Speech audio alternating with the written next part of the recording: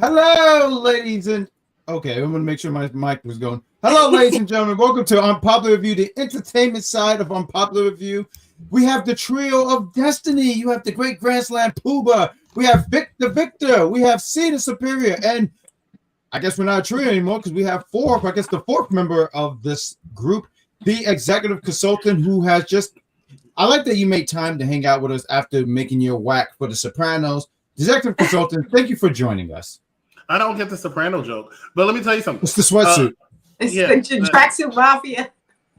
You know what? They made sweatsuits before The Sopranos, so I don't get that joke. But here, hey, check this out, ladies and gentlemen. I said I want to I haven't joined these three in over a year. So I said I want to be a part of it. But I am not a part of your trio because I refuse to be a part of something called Trio of Destiny. I just refuse. No, and we get it. I'm just a guest. We get it. You don't like greatness. You're scared of it. And I like excellence. I like excellence, not greatness. You're right. What'd you say? Huh? What'd you say? You're right. I like.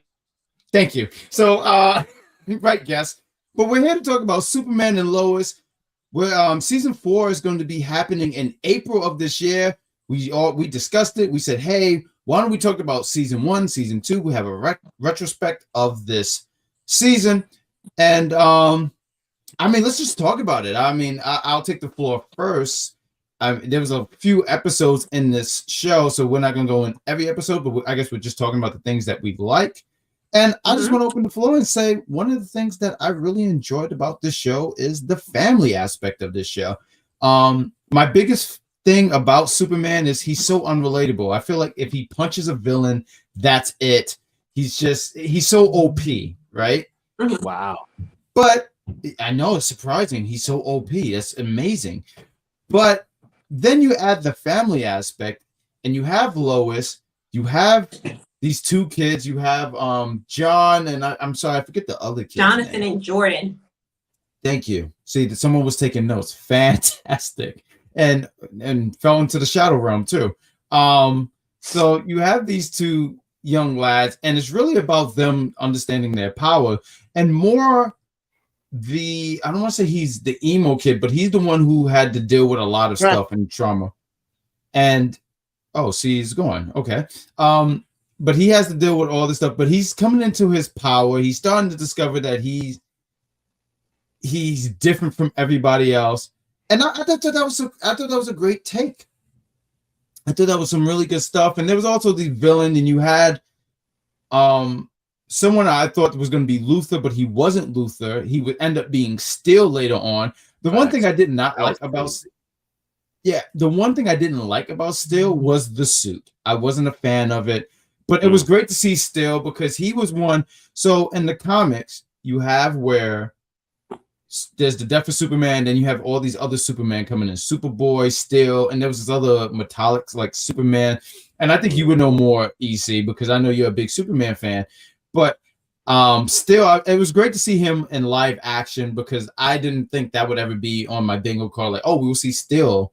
So I thought that was cool. I don't want to talk too much. So I want to pass the floor to you lovely individuals about Superman and Lois. What were some of the things you like? Episode? Let's just have this conversation. I like the fact that it kind of gave you kind of led you down a certain path, and then they kind of switched it up. Because when you saw the brothers originally, there was one golden boy, and there was one who was a little more emo, who's dealing with some things. Mm-hmm. And you would assume either A, both would get powers in season 1, or B, the powers is going to the golden boy. But they flipped it on its head and they gave it to Jonathan, which I thought was interesting. They did another thing similar to when they kind of introduced our bad guy in the suit. And I thought this was going to be Lex Luthor. I was like, yeah, this is the Lex Luthor. And they flipped it on its head. And it turned out to be this other, alternate universe character where he comes from a land where Superman is kind of evil, right? So it's a lot of that. It was a lot of setting up expectations and kind of going the opposite direction, which I thought was cool. I also like the fact that we got to see both Lana Lang and Lois Lane in this series together. Growing up with Smallville, I'm very much a Lana Lang kind of girl. I'm team Lana Lang. And still in this show, I'm still team Lana Lang. I don't know what it is about Lois. I still prefer Lana, but I guess it's just old habits die hard. I grew up with a Lana Lang love interest for Clark Kent. But yeah, I thought it was interesting, like Jack said, to see the whole family dynamic of things. We don't really get to see Superman and like that kind of dynamic on screen. I know he has kids in the comics, but if you're not a comic book reader, you don't see him in that light often. Yeah, just those are a couple thoughts. I thought it was interesting that they decided to do the bad Superman trope so early, even if it was in an alternate universe. Usually that's something that they save for later seasons. I also love the fact that, what was his name? Morgan something, the rich guy who was coming into town trying to get everybody jobs, and he was just a little skeezy and schemy. And and the fact that we saw our girl from Degrassi, Ellie from Degrassi. If you're a Degrassi fan, you remember Ellie with the red hair. She's in this. So yeah, those are my thoughts. I enjoyed it. All right. One thing that I did like, and I'm not gonna lie, is that it's very different from other versions of Superman. Meaning that like you can go into this thinking that it's just gonna be another revamp of everything that they did before. But what I like about it is that it's kind of like a continuance. On the first episode, they kind of just lay it all out. Look, bang, this happened, this happened, this happened, this happened, and this is where we are. So they're basically starting from Superman and Lois, has 2 kids, moved back to Smallville, all within the first episode. And I love that they started that way, because then everything else just comes in the drama. They already mentioned the Man of Steel. I remember Shaq being the Man of Steel. I remember when Shaq, because Shaq has the tattoo, and then they even made like a little comic for him and this whole thing. But it was kind of cool because it was kind of like a little callback to that. And plus the fact that the guy was bald and everything, like, it's just perfect, so I thought that was interesting. The other part that was interesting is just that, like, it's just full of drama.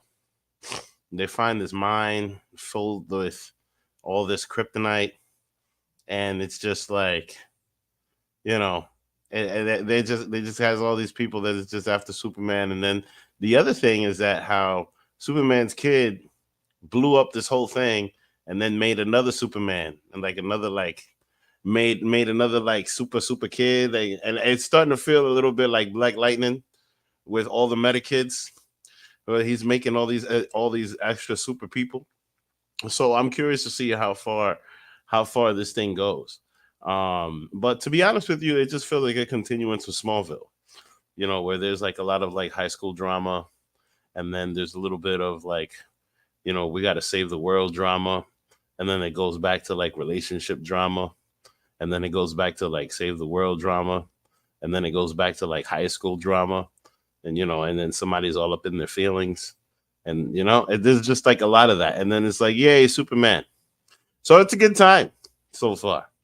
And there's just a lot going on, and now I'm rambling because now I'm waiting for C to come back, but I guess she's still having technical difficulties. So now we're just going to have to pass it on to, the executive consultant. Are you going to video? Can I give you a compliment, Vic the Victor?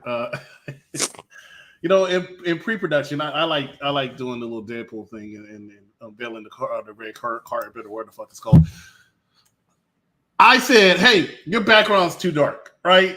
You decided to come up there and truly Iron Groot it up with them plants in the background. So I got to give you a compliment for that. You found one that you like. It could be New York City. So you said, let me go ahead and put some plants out there. Great. More power to you. Now, That being said, let me tell you why I like this. Plants are real.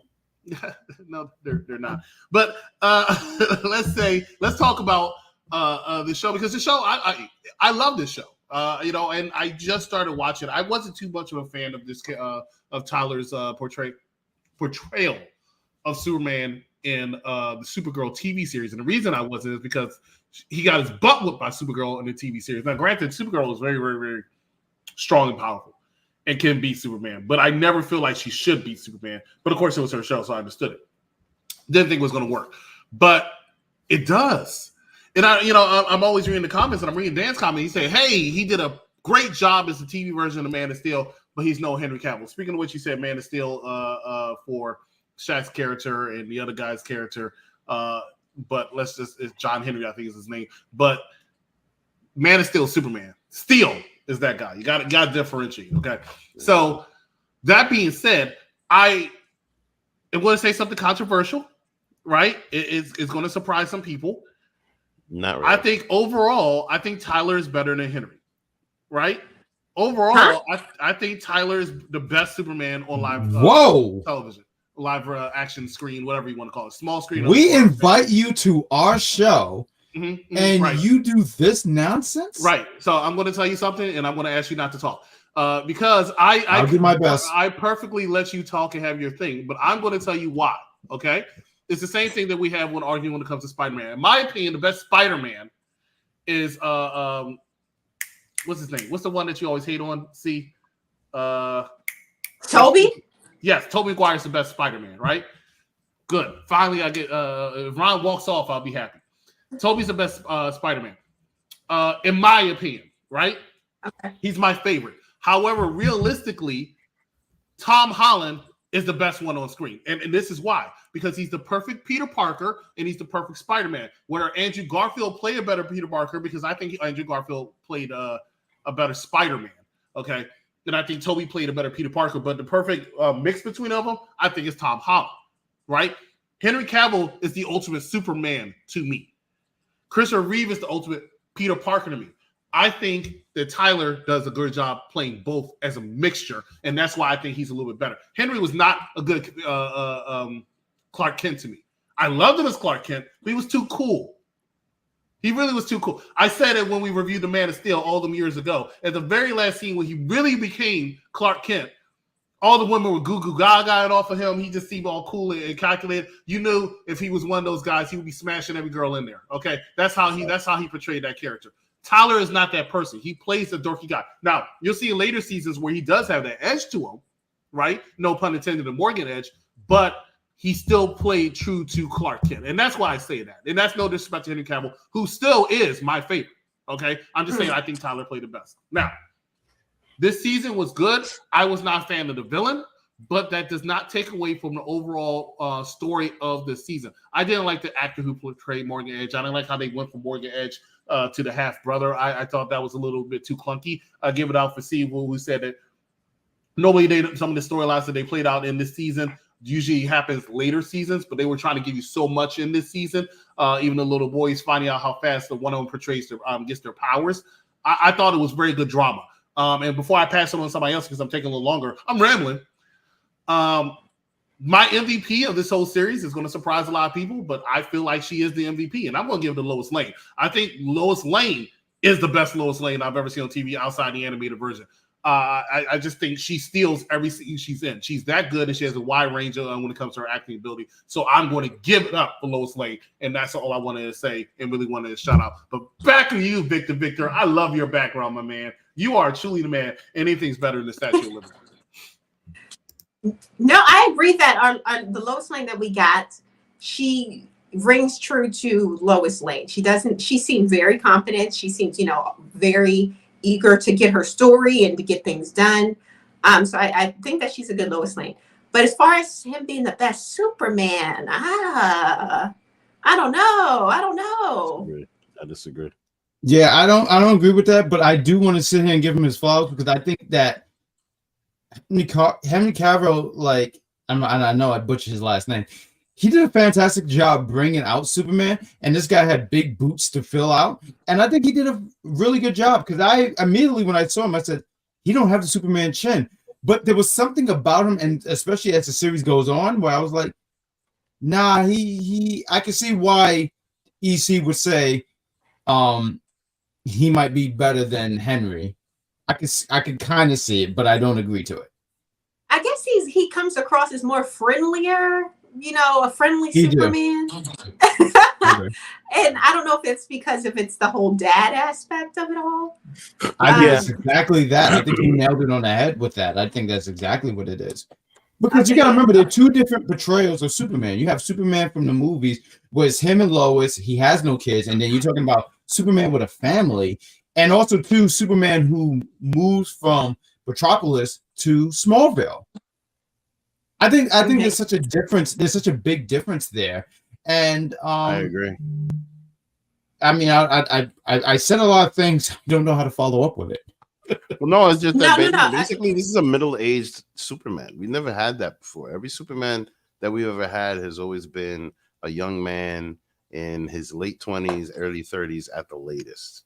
You know what I mean? This guy's at least well, certainly older than I am. He's at least 45, 46 with 15-year-old kid. You know what I mean?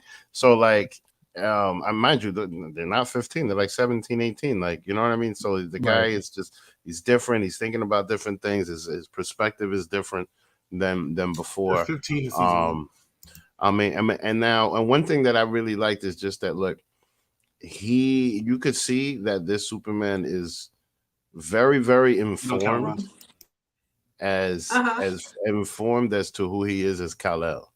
As you know, when it comes to, he has this whole database in the North Pole with all of this stuff that's telling him about all of this, who he is, that he goes and shows his kids and all of that. All I'm saying is that the guy, this is Superman with white hair. This is Superman that's seasoned. You know what I mean? Hold up, where's my glasses? Hold up, you know what I mean? This is Superman with. I don't think Superman have to ever worry about wearing glasses. I think he just wore it as a fraud. So question, like, I haven't seen season 3, but I do know that one of the brothers gets recast, right? Mm-hmm. And I was wondering, what do you guys think about? Do you predict that? And again, as someone who hasn't seen season 3 and some of season 2, do you think that Jordan will ever get powers? Do you think he's just going to continuously be powerless? Nah, I believe he eventually does get it. It's been a while since I saw like season 2. I mean, I don't have a moment. Not to cut you off, but I think he ends up taking some like supplements that like mimic powers. Right. Okay. But organically, I'm not sure if he gets powers of his own. I was wondering if you guys think. So, are you asking? Do you think it's going to happen at all during the series? Or are you asking does it happen in later season 2 and season 3? Because I finished all 3 seasons. Oh, I was saying, do you think? Well, that answers the question. Then the question kind of answers the question. So, So I would assume that he doesn't get his powers, but overall, he never does get his powers. They went to a certain type of drug, so to speak, in season 2, right? Which he got addicted to and got off, which led him to have. Really, it was Superman. That is actually a gripe I had with this series, is the fact that too many people gain Superman's powers in this damn show, and it starts beating his ass a few times before he overcomes them or gets saved. You see, I knew it felt like Black Lightning. It feels so Black Lightning. But you know, it's interesting that you say that, because like that makes so much sense, because my mother, she went through all 3 seasons, and I don't have a Mama Bag I report, but nonetheless, like when you said that, I was like, right, that makes sense, because wasn't it, just to actually pick your brain, EC, wasn't there a girl that made him like want to take this pill or something? Yeah, like that? He had like a little girl, and he was taking it to impress her. I think from what I can remember. I love this because this is season 1. I thought we were talking about. We're all on season 2, but yes, his girlfriend at the time was the drug dealer, and she was selling him. She was helping him out because he wanted to become quarterback number 1. Because remember, in season 1, he was the backup quarterback, and it was led that way in season 2. But he wanted to be quarterback number 1, so he took the drugs because he saw the other guy was taking the drugs also, so he became better. But yeah, that all happened in season 2. He also got hit. It was funny. Well, as far as my guess on if either or both boys will get powers, I'm thinking eventually, if it gets, the show goes on long enough, I think he's eventually going to start showing something of his own powers. So yeah, that's what I think. I think season 4 is his last season, though. For that particular actor, but not for the character, right? No, I think the series ends after the next season. I think it's his last season. What? I believe seasons? I believe that's what the rumor was. That it's going to be. I think this. Because if you really pay attention, to this as opposed to all the other CW shows that aired, I mean, think about it, budget wise. Because I would say this show does a lot more than I thought it was going to do compared to like Supergirl and even Black Lightning and stuff. I just don't think it's financially successful enough for them. It's a good show, great show. Would you even say more than Flash? I'm sorry, I just wanted to ask. Flash, and was it you I was talking to? I can't remember who, but I talk about how I think you said that you really like Gorilla Grodd, and I told you the Gorilla Grodd was actually very expensive to make, so you didn't see him that much in the series. Flash was really good, but I could see where they cut a lot of corners with their CGI.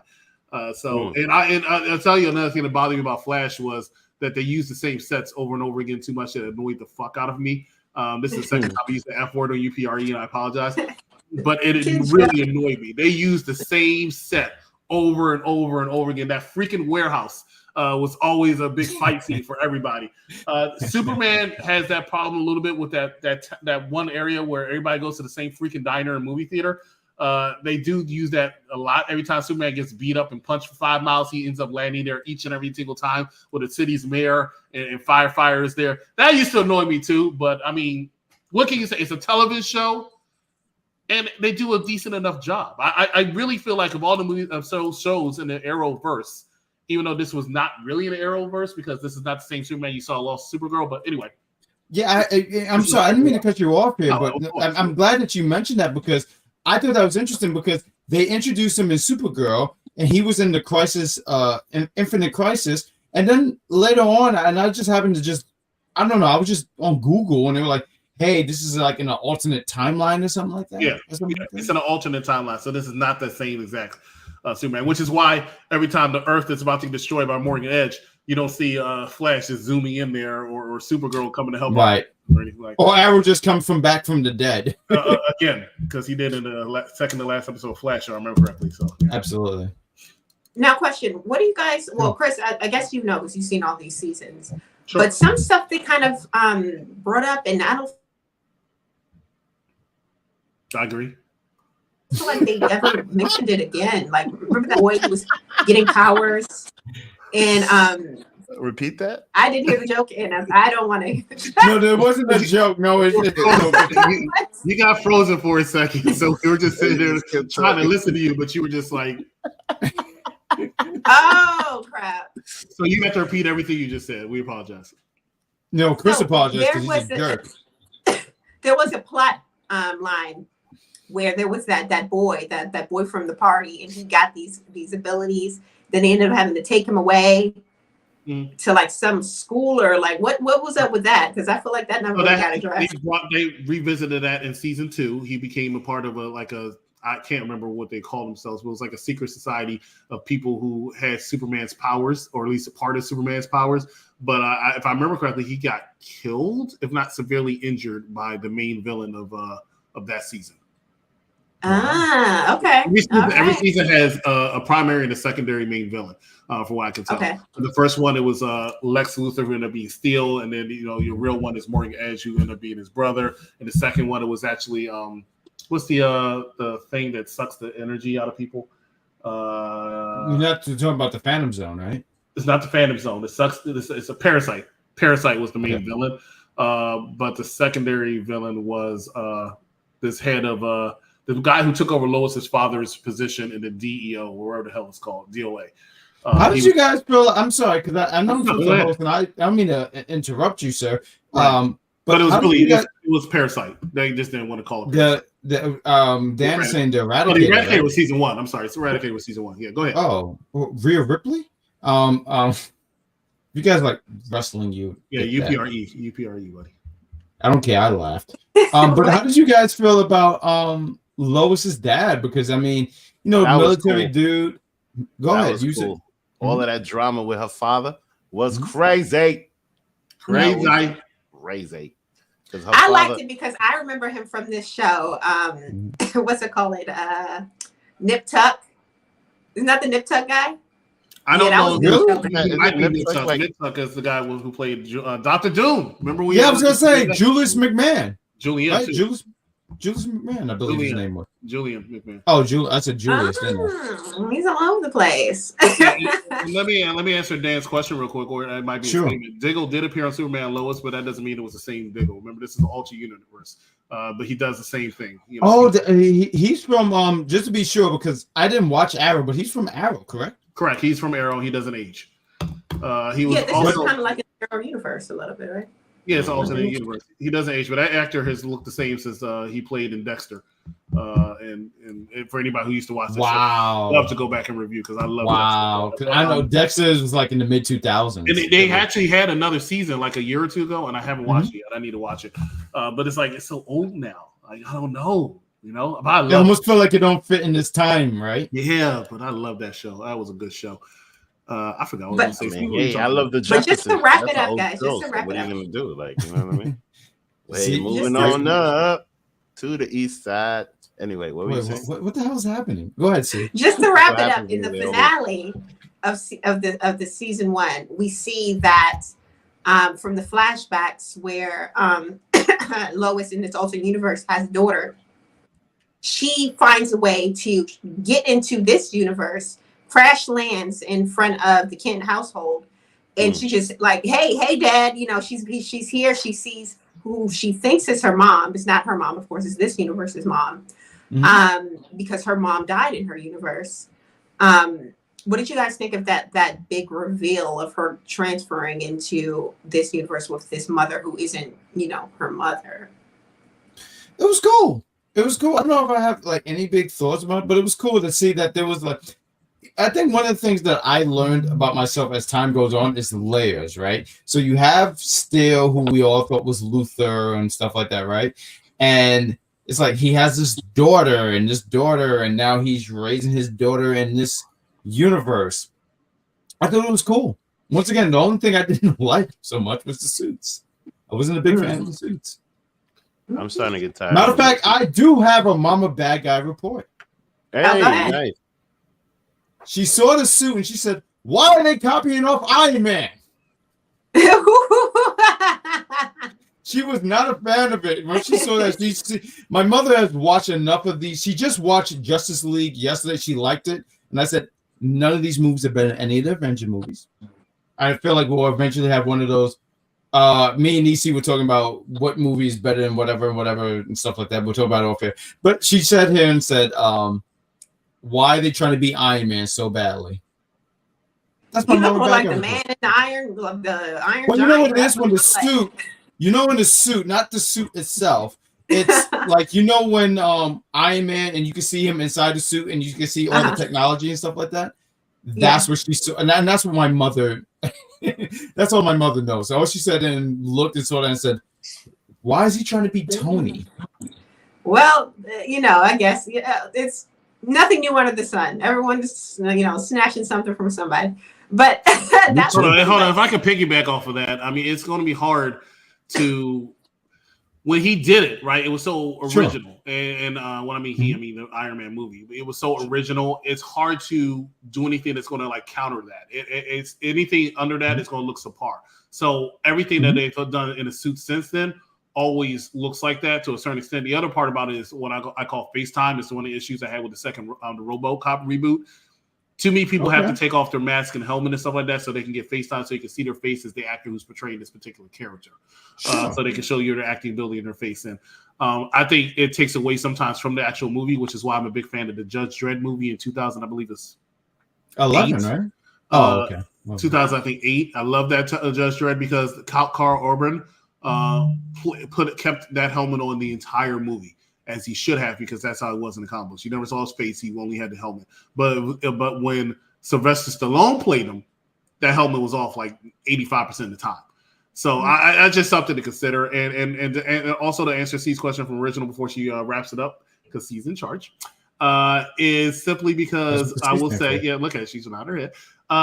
The character that I was least a fan of, because that's pretty much what we're getting at. I read an article saying that the Universal character that people were least a fan of was Lana Lane's daughter, who I didn't have a problem with too much at the time, but there were certain times where she even annoyed me. But was actually Lois Lane's daughter from another universe. I could not stand her. I hated her from every single season she was in. The last episode, season 1, season 2, season 3, could not stand her little immature bratty ass. Wow, the hate is real. Poor girl. You want to see something? This is what I would do to her if if I ever saw her.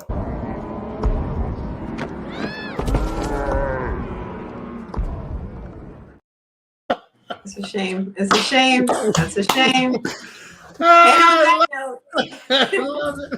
And on that note, thanks for watching. Don't forget to like the video, and join us next week for season 2. We're doing season 2, right? There's already a graphic ready. We're going to be doing season 2. We're going to do a retrospective of season 2 of Superman and Lois, and then right after that, we are going to go episodic with season 3, and then go into season 4, the final series, final season of Superman and Lois. So if you guys are enjoying Unpopular View Entertainment, hit that like, subscribe.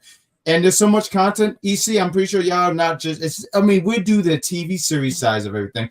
But what is going on movie-wise? Movie-wise, tomorrow at 8:00 p.m., we have Next Friday with the Vic the Victor. On the Thursday. Yeah, Mike Knox as as the executive consultant talking about Next Friday. On the actual Friday, the Husband Wife Show talks about episode 7, I believe it is. It's going to be Power Book 3, Raising Canaan. I don't watch that show, but I mean, it's a very interesting series for the UPR team to review. So looking forward to that one. And the next Tuesday, the Tuesday crew reviews the 40-Year-Old Virgin. Can I ask real quick? I'm sorry, I don't mean to interrupt. 2005. Who picked this picture? Who picked that picture? That is the most inappropriate picture. The 40-Year-Old Virgin who picked that picture? Probably the person who picked that movie, which was the executive consultant. Oh, you're nasty. All right. Well, with that, thanks for watching. Goodbye. See ya.